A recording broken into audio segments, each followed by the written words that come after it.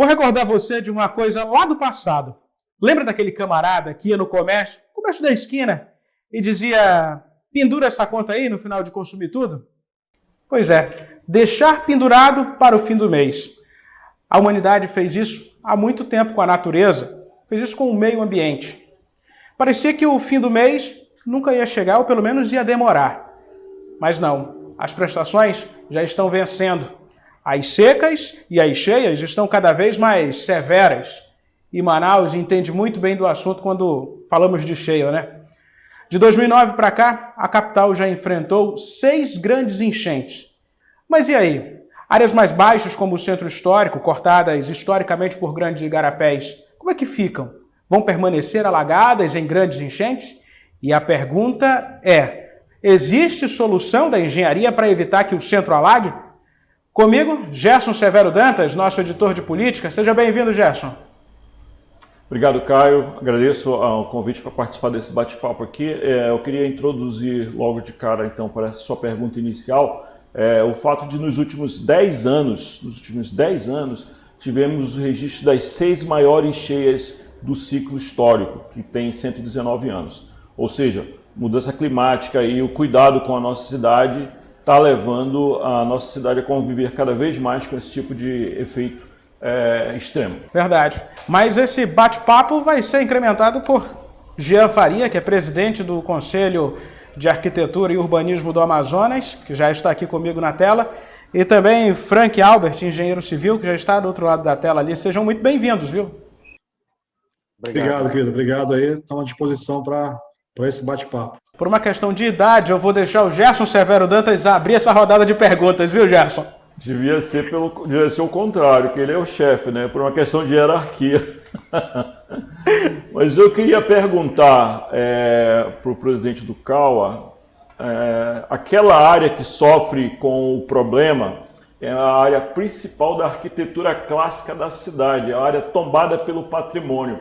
Como nós podemos resguardar aquela região tão bonita que nos toca tanto, dos efeitos deletérios desses eventos climáticos extremos? Bom, vamos começar falando o seguinte. Manaus foi construída numa cota hoje que está abaixo do nível da maior cheia.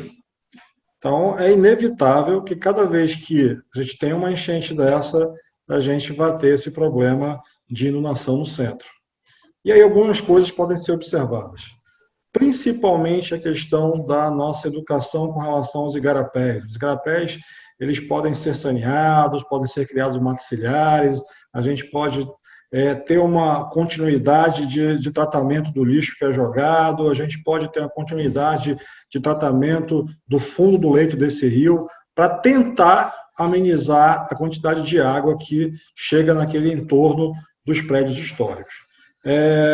E quando isso acontece, quando essa água vai e quando ela retrocede, o que tem que ser feito é uma inspeção, né? Uma inspeção por um profissional habilitado e principalmente ali, talvez com a ajuda do IPHAN, que é o detentor maior desses nossos patrimônios aí.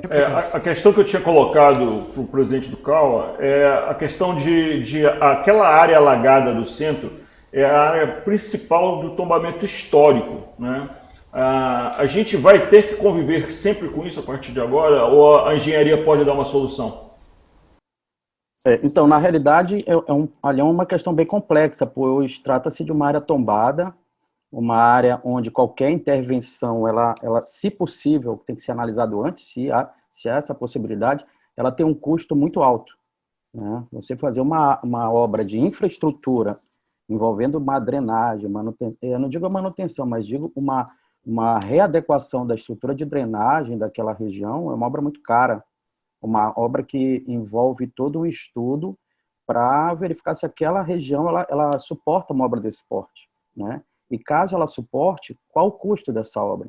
O poder público ele tem que verificar se ele vai ter condições de arcar com uma obra desse porte. Então, realmente é uma situação muito séria, muito complexa, tem que ser bem avaliado para poder decidir se essa intervenção será possível ou não, né? E se ela não for possível, quais medidas mitigadoras devem ser realizadas naquela região para amenizar e não resolver de uma vez por todas as questões que estão acontecendo ali, né?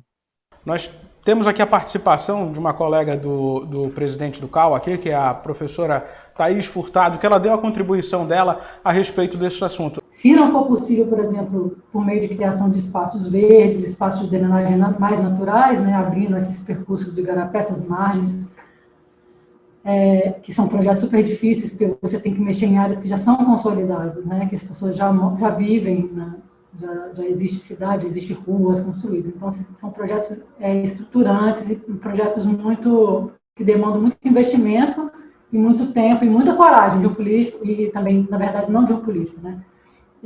Teria que ser um plano também sequencial que teria que ter um compromisso assumido pela prefeitura que não só 4 anos, em 4 anos não é possível. Outro ponto que assim, não seria ideal, mas alternativas seriam subsolos que possam ser inundados em algum momento, né, abrir espaços, não só as galerias, mais galerias, maiores galerias, como também piscinas subterrâneas, algo que, quando essa cheia viesse, pudesse ser armazenado parte dessa água no interior, no subsolo, né, da cidade. Então, são projetos que demandam muito investimento em infraestrutura. Né? Presidente, a sua colega Thaís Furtado fala dessas duas opções. A mais viável é trabalhar com a natureza para o senhor? Sem dúvida, a mais viável é você trabalhar com a natureza, como eu falei há pouco, né? A gente refaz o leito do rio, você tira toda aquela areia que foi assoreando os igarapés ao longo do tempo, você cria as matas ciliares, porque você vai acabar trazendo, digamos assim, uma área maior para que essa água percorra antes de inundar a cidade. A questão de você fazer piscinões, né? Isso tem que ser bem avaliado, porque como a gente já está abaixo do rio, e esses piscinões vão ficar mais abaixo do rio, ou seja, vão ser mais lugares que a água vão acumular, e a gente tem um volume de água muito grande, e a gente não vai ter aí bombas potentes. Eu até outro dia eu brinquei usando os Países Baixos, a Holanda, como referência. O que eles têm lá de bombas, de funcionamento, só que a manutenção disso está muito além das nossas possibilidades financeiras para a cidade. Então, a solução de engenharia, ela vai ter. Agora, foi como o Frank colocou. A que custo isso? A cidade consegue? A gente não consegue dar manutenção na ponte. Como é que a gente vai dar manutenção em bomba? Tá? Eu vejo, e concordo com a colega, a questão da natureza, a questão de você manter os igarapés limpos, é uma das soluções mais salutares que a gente pode ter assim de momento rápido. Né? Até porque a gente estava falando agora há pouco de patrimônio histórico. O patrimônio histórico não é só aquilo que você está vendo construído.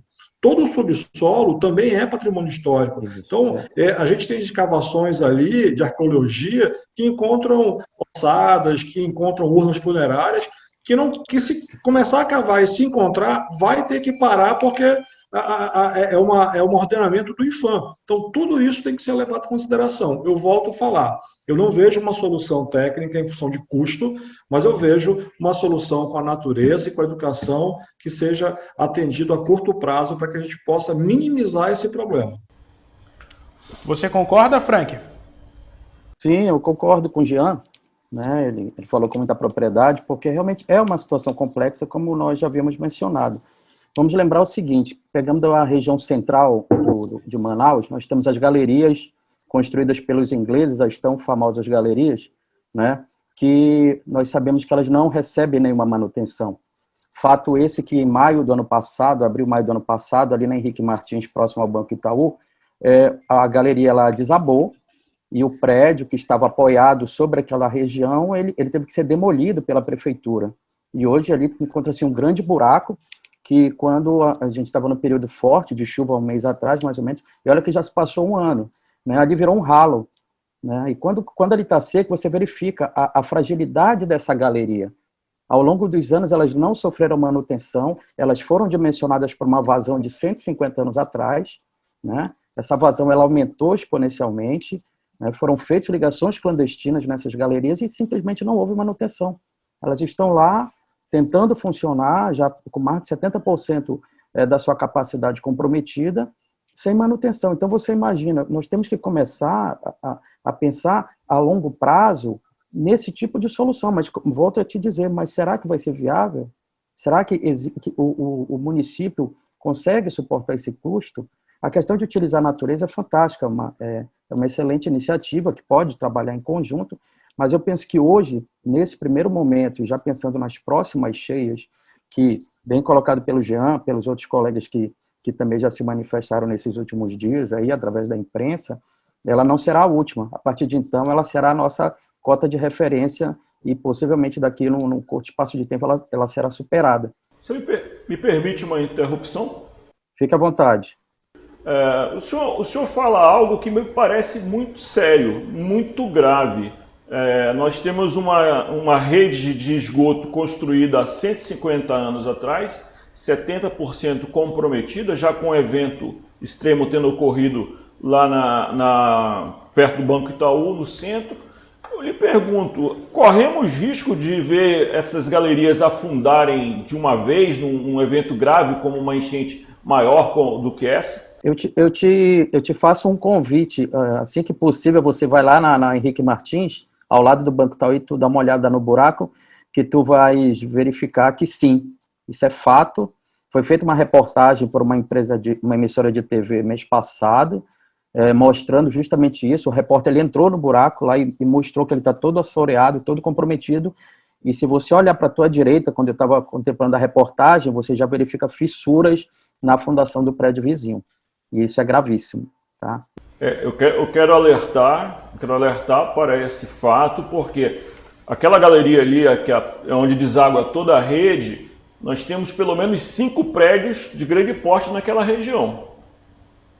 5 prédios residenciais ou prédios comerciais. Olha a gravidade do que está sendo dito neste momento. Isso. E a galeria ela não é paralela, tá? Ela corta os prédios, ela passa no meio do prédio, ela não é paralela a Joaquim Sarmento, a Henrique Martins, a Eduardo Ribeiro, não, ela corta, ela passa no meio entre os prédios porque eles vieram depois, né? Foi aterrado e eles vieram depois. Então é uma situação muito complexa.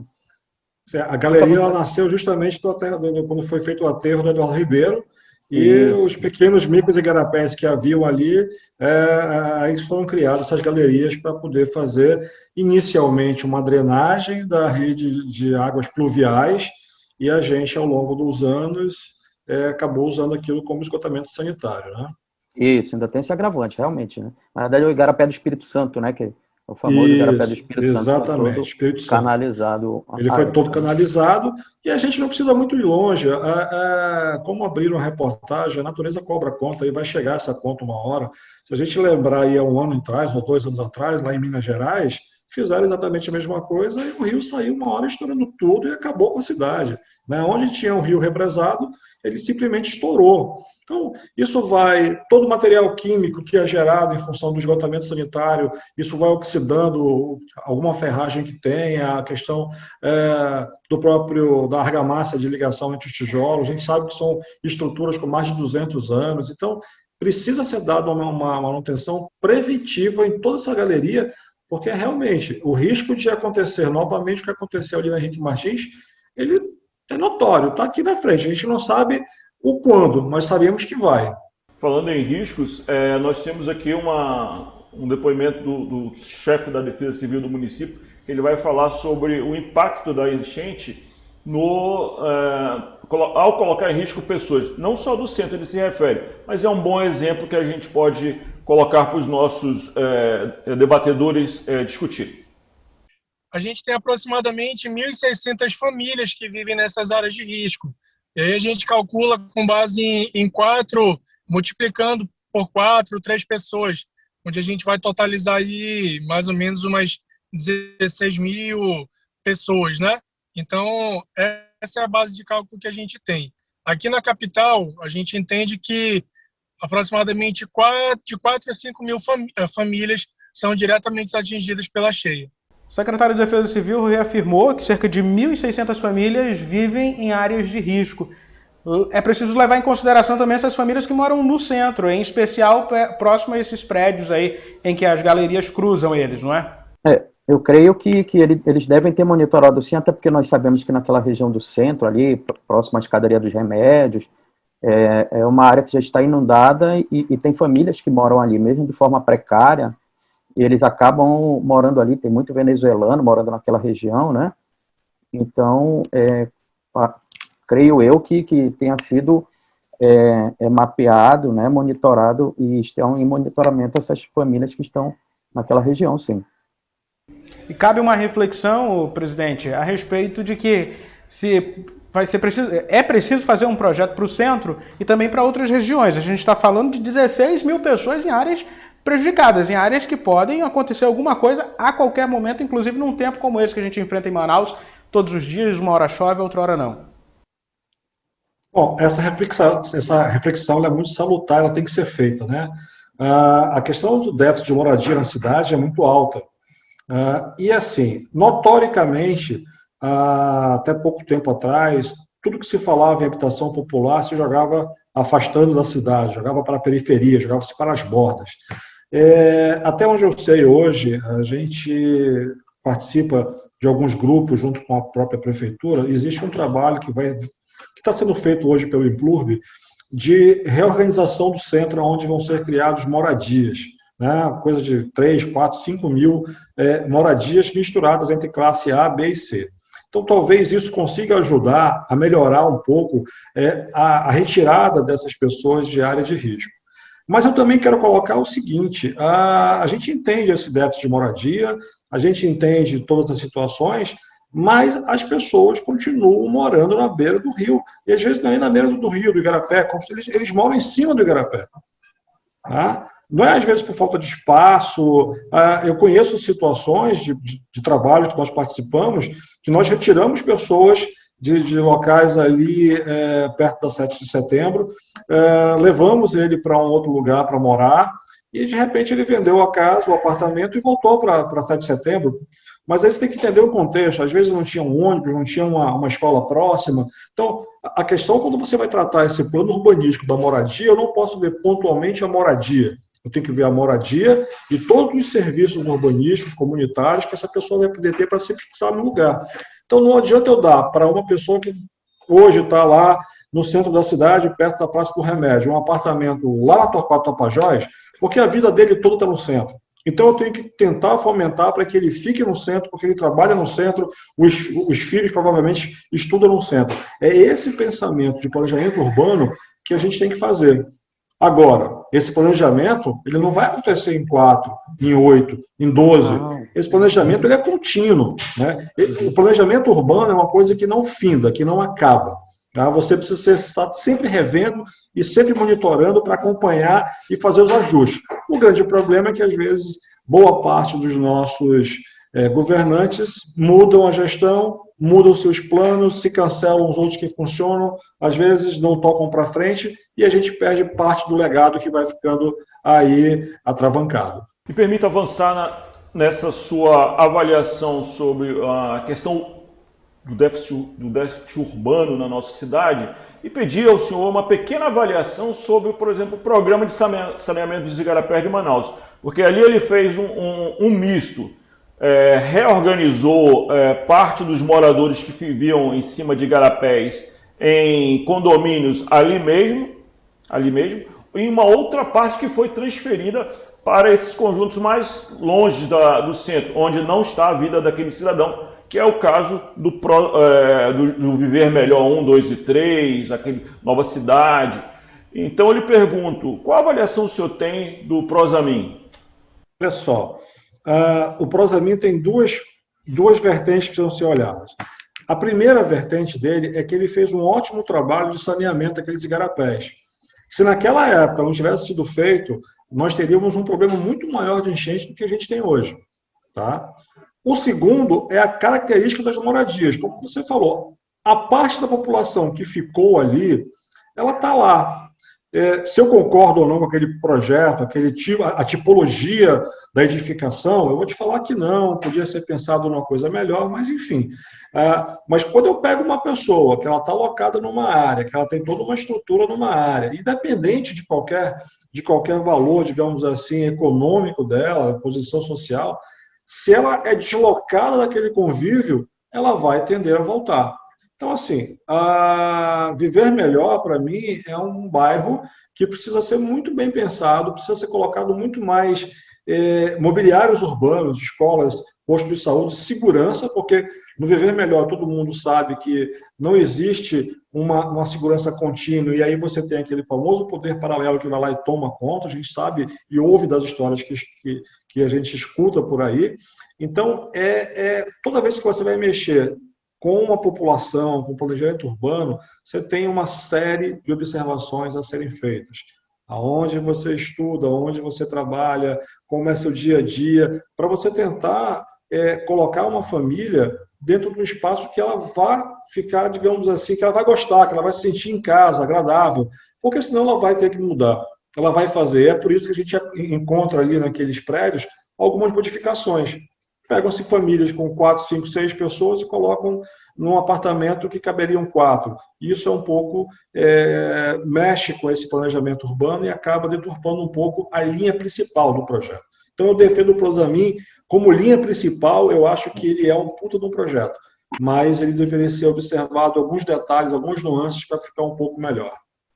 Eu gostaria de contribuir também, principalmente essa questão em relação ao Prosamin. O Prosamin, ele é um projeto que realmente vamos dizer, ele está na revisão 00, e ele carece urgentemente de uma revisão, porque já deve ter sido mapeado várias correções, várias melhorias que podem ser feitas no projeto Prosamin. Agora, é complicado a questão de eu ter um projeto de saneamento dos igarapés de Manaus, como o Jean colocou, um excelente projeto de saneamento, eu tenho minhas restrições, mas não tem o tratamento dos efluentes. O Prosamin não tem ETE. Então, o esgoto sanitário continua sendo despejado em natura nos igarapés. Né? Então, eu penso que 50% desse projeto ele é comprometido em função disso. Né? Você vai construir elevatórias, qual o custo dessas elevatórias, até porque nós sabemos que temos problemas de cota ali no Prosamin, né?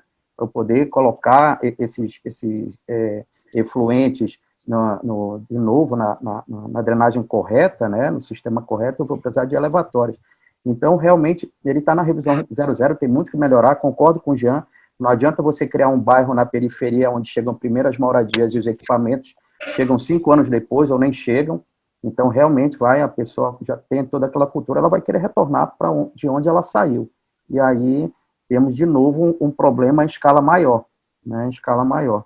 Então, realmente, Manaus precisa ter de políticas públicas para essa área. Para a área de infraestrutura, nós precisamos de políticas públicas, políticas apartidárias. Nós precisamos de política a longo prazo. Manutenção é uma coisa importantíssima numa metrópole como a cidade de Manaus, tanto na questão de drenagem do centro, de outras vias, como até nas nossas obras de arte, nos viadutos, nas pontes de Manaus, que estão todas se acabando em função de ausência de manutenção, de falta de manutenção, pensar que pintar um viaduto é resolver seus problemas, não é, isso é maquiar, tá? Então tem que ser feita uma inspeção, tanto nos viadutos. Então Manaus não tem planejamento, e esse planejamento ele vem do executivo, é acompanhado pelo legislativo, pela Câmara Municipal, que muitas vezes, por desconhecimento, acaba sendo omissa, mas então é um trabalho em conjunto, e é isso que nós temos que ter a coerência, né, de também chamar os entes que participam, o CREA, o CAL,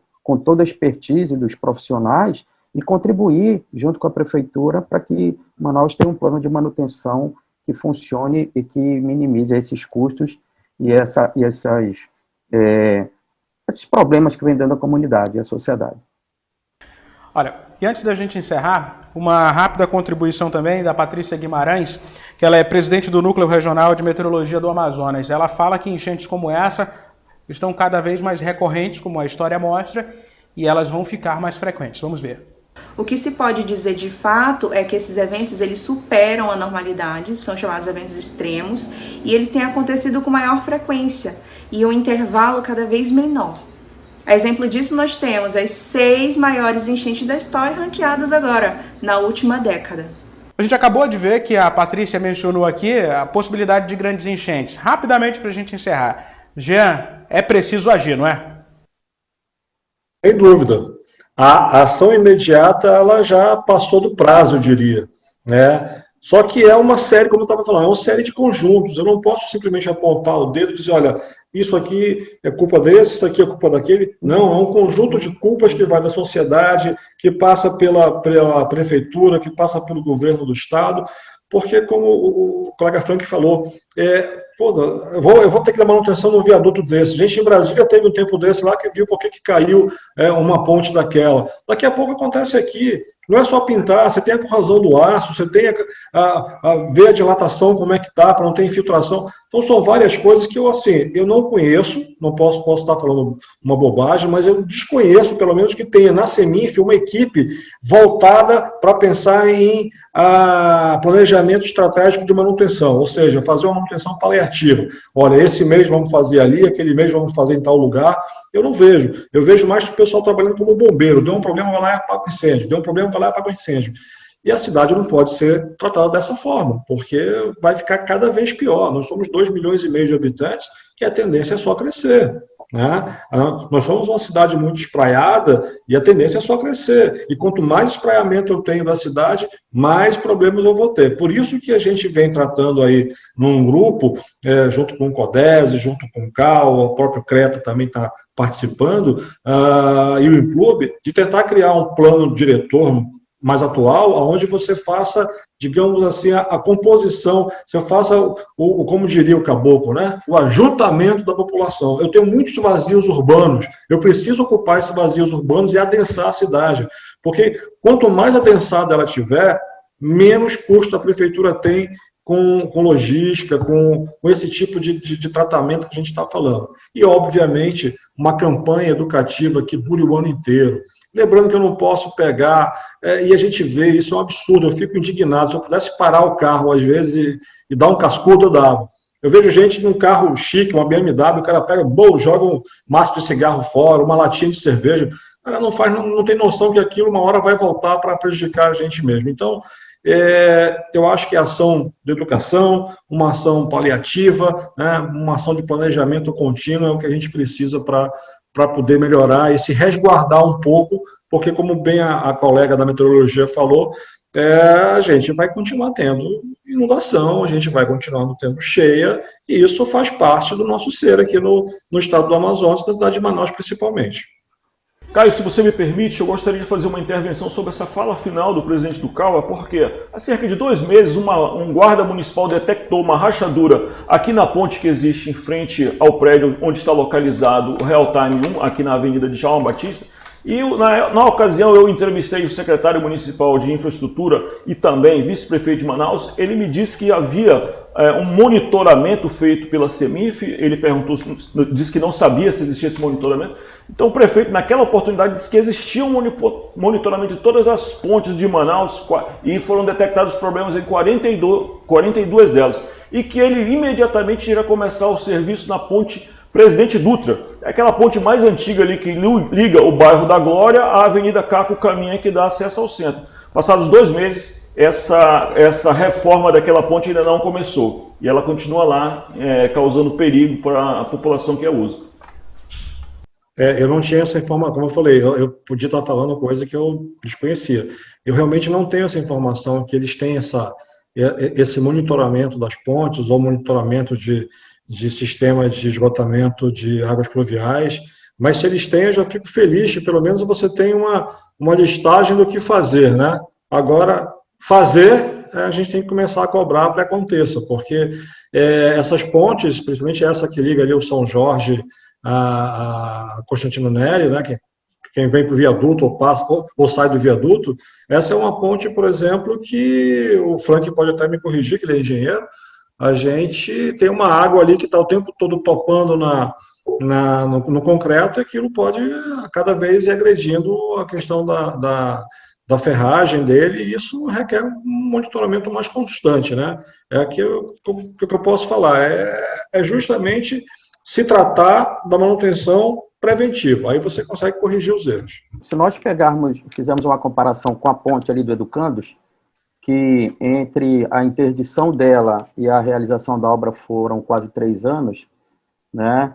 E contando que nós estamos no período de cheia, da maior cheia histórica, né? Da nossa cheia histórica, você não consegue fazer nenhuma intervenção naquela ponte nesse período de cheia, tá? Esse período de cheia, ele pode ser utilizado para monitorar e para iniciar um projeto, começar a trabalhar num projeto de intervenção naquela ponte, que na engenharia nós chamamos de obra de arte especial, né? Uma OAE.